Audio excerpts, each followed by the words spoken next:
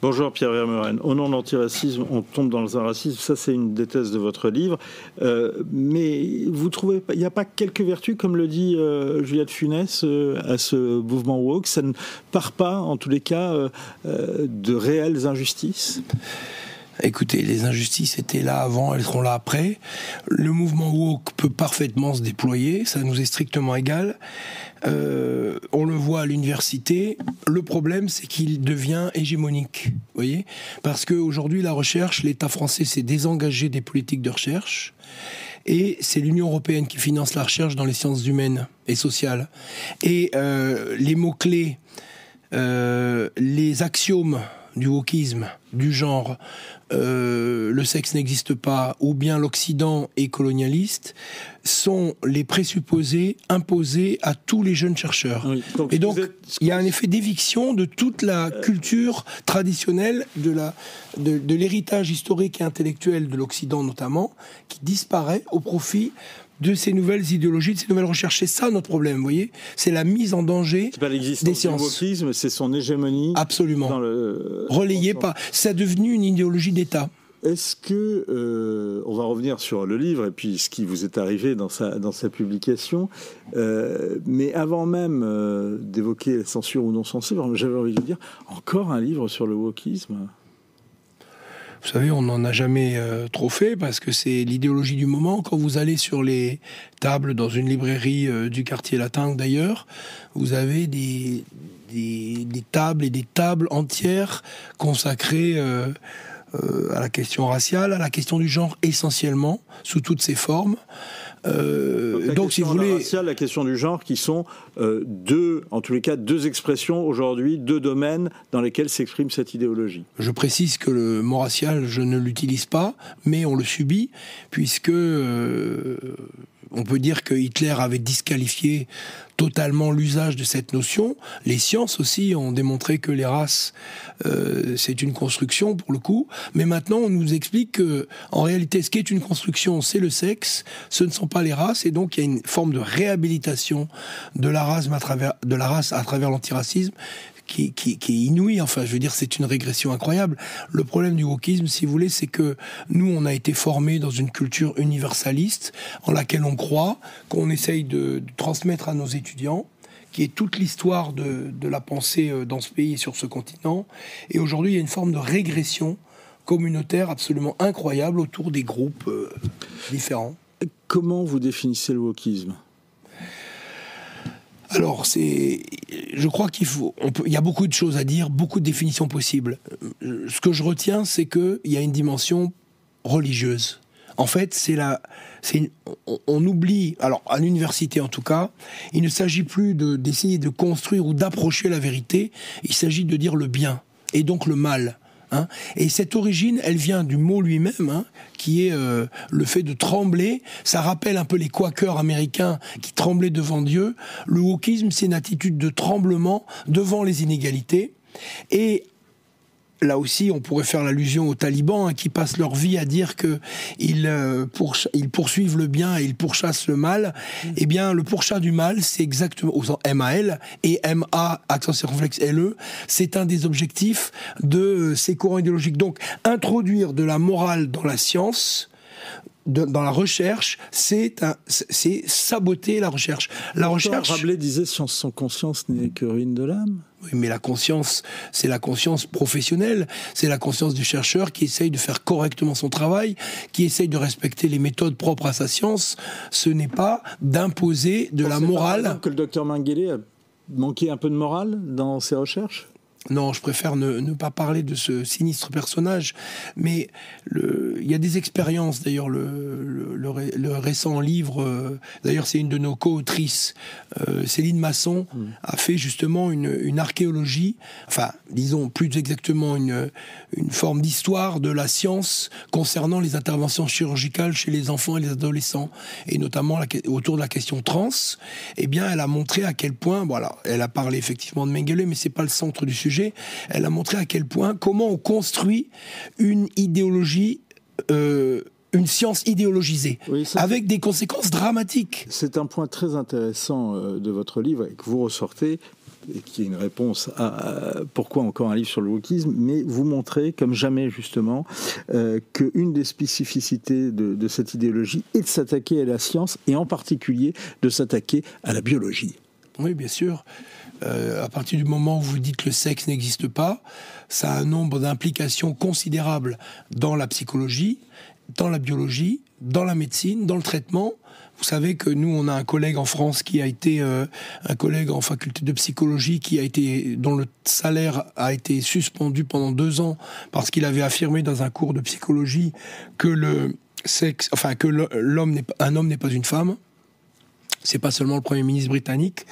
En France, aux États-Unis, vous avez des médecins qui ont été disqualifiés pour avoir diagnostiqué un cancer masculin chez un trans, mais comme le trans est devenu une femme, il ne peut pas avoir un cancer de la prostate.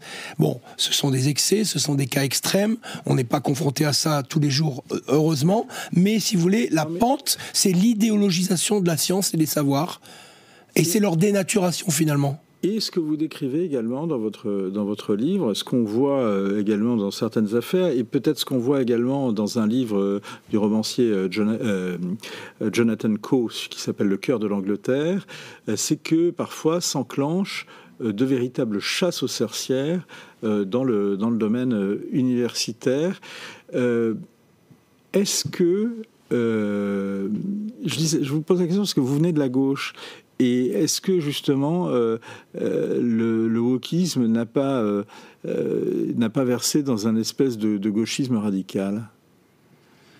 C'est un avatar d'une forme de... Vous savez, moi, quand je suis rentré à l'université dans les années 90, le marxisme universitaire était encore très puissant et il a progressivement disparu. Il y a eu une période de latence et finalement, il s'est restructuré, recomposé autour, effectivement, de ces nouvelles idéologies, de cette nouvelle idéologie qui prend des formes différentes. Il y a une forme de régression communautaire, mais oui, et du coup, il est à nouveau utilisé, instrumentalisé par certains courants politiques. On dit souvent, on parle éventuellement de l'islamo-gauchisme. C'est une tendance parmi d'autres, mais effectivement, il y a une espèce de recherche et qui est très dans la tradition française de la fabrication de l'homme nouveau. C'est la tradition française révolutionnaire qui se perpétue de génération en génération et qui trouve des nouveaux objets. Alors après avoir abandonné les classes sociales, on s'intéresse vers les groupes communautaires et on essaye de les promouvoir, de les défendre, quitte à saboter ou à empêcher les autres de travailler, encore une fois. C'est ça le prochain. Qu'il y ait des expériences qui soient intéressantes, que des choses soient dites, qui soient utiles, nécessaires, notamment sur le féminisme, etc. C'est une chose. Que ça devienne l'hégémonie et qu'on empêche les jeunes générations de travailler, de sortir des nouveaux canaux idéologiques, c'est là qu'il y a un vrai danger. Ce que vous reprochez, c'est que ce soit un passage obligé. Voilà, ça devient un passage obligé pour les jeunes chercheurs, avec des conséquences dramatiques. Par exemple, aujourd'hui, vous ne pouvez pas... il y a des... Si vous voulez... Alors, comment se matérialise ce passage obligé ? Ce passage obligé se matérialise par le fait que si vous n'avez pas dans vos projets de recherche, dans vos thèses, dans beaucoup de matières, et bien sûr pas avec tous les profs, etc., mais au niveau du financement, parce que la recherche, même en sciences sociales, ça se finance notamment. On n'a pas... Bon, c'est du jus de crâne pour l'essentiel, mais il faut quand même des salaires, parce qu'un jeune chercheur qui s'engage à 25 ans dans une thèse, il ne vit pas d'eau fraîche. Donc il lui faut un laboratoire, il lui faut un salaire, un contrat doctoral, et puis dans les 4-5 années, une fois qu'il aura sa thèse, pour entrer sur le marché du travail et pour être recruté, il faut aussi vivre. Donc il a des post-doctorats, etc. Donc dans ces 10 années, jusqu'à son recrutement, il faut qu'il vive. Et pour vivre, il doit se soumettre aujourd'hui à un cahier des charges idéologique. Il faut passer par les mots-clés, il faut passer par les axiomes du wokisme, il faut passer par ces axiomes parce que sinon vous n'êtes pas financé puisque c'est Bruxelles qui détient les cordons de la bourse. Et puis vous avez aussi beaucoup d'institutions, de collectivités locales en France qui rentrent dans ce jeu parce que ça fait bien, ça fait moderne, les gens ne lisent aucune thèse, mais en revanche ils ont des idées sur la manière dont on doit les rédiger. Et c'est là qu'il y a vraiment un problème. En quoi avez-vous été confronté, vous, personnellement, professeur, donc à Paris, à la Sorbonne. En quoi avez-vous été confronté au wokisme ? Moi, alors, d'abord, une chose, l'histoire fait partie des domaines les moins en danger par rapport à la sociologie, par rapport à la science politique, par rapport à la psychologie dont on parlait, etc. Donc, l'histoire, on continue à pouvoir travailler assez largement, librement. Néanmoins, des jeunes gens aujourd'hui qui travaillent sur des sujets qui ne sont pas tendances, par exemple qui travaillent sur la géopolitique du Maghreb, de la Libye, sur les armées de ces régions. Je ne parle même pas du génocide en cours, enfin des crimes de masse de millions de personnes au Congo, etc., qui ont eu lieu depuis les années 90.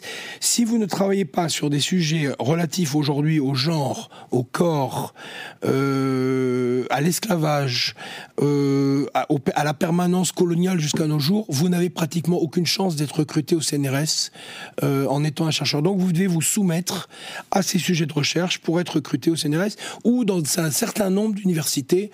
Voilà. Donc moi ça pénalise mes étudiants, ça fragilise évidemment la recherche fondamentalement parce que il y a des sujets entiers qui sont écartés. Si vous voulez, si vous travaillez sur les frères musulmans, vous avez plein de financement. Si vous travaillez pour dénoncer sur les frères musulmans, vous devenez un paria.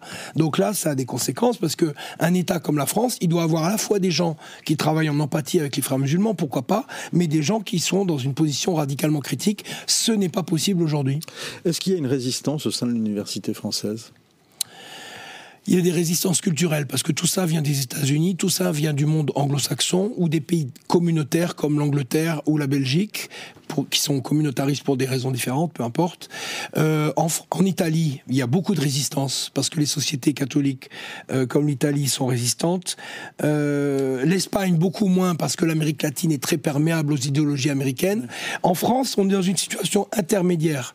Le problème, c'est que depuis que Trump est entré en campagne, alors c'est un problème de plus, Trump est entré en campagne contre le wokisme, on risque de devenir d'autant plus attaché au wokisme. Et c'est idiot, parce que nous ne sommes pas le 52e État américain, nous sommes un État souverain, nous avons une politique de la recherche souveraine. Malheureusement, nous sommes pilotés aujourd'hui dans les sciences sociales par Bruxelles, qui est très wokiste et qui nous impose de l'extérieur son cadrage idéologique. Ce qui est très frappant, c'est que y a plein de choses qui sont très intéressantes. C'est comment la notion de race est revenue par le régulateur audiovisuel également. Vous l'expliquez très bien, c'est effarant dans ce livre. Mais alors qu'on nous fait interdire le mot race dans la Constitution, mais on le réintroduit dans le débat public. Et à la télévision. Comment on a... ce qui est intéressant aussi, c'est de voir qu'il y a un antisionisme virulent. Est-ce que l'antisionisme virulent peut s'exprimer à l'université à la faveur de la présence du wokisme ? Absolument. Absolument, parce que si vous voulez, si vous n'analysez pas le réel, si vous êtes dans le discours, et que ces discours sont idéologiques, il n'y a plus de contact avec la réalité. Donc la Shoah devient un objet de polémique. Elle n'est plus un objet d'histoire. Elle n'est plus un héritage. Oui, mais le mémorialisme, c'était pareil avant.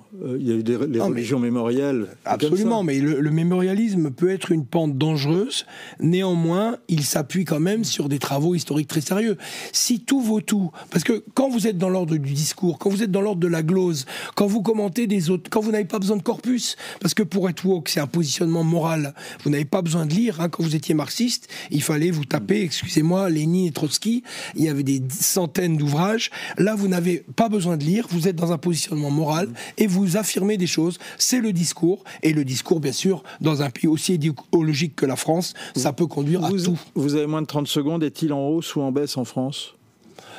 Il est puissant aujourd'hui, il est puissant, il est financé, il va durer et il risque de s'amplifier à cause de ce qui se passe aux États-Unis. Finalement, vous avez été quand même publié. Heureusement. Heureusement, 26 scientifiques de l'université qui publient dans une maison universitaire, ça ne me paraît pas être un scandale.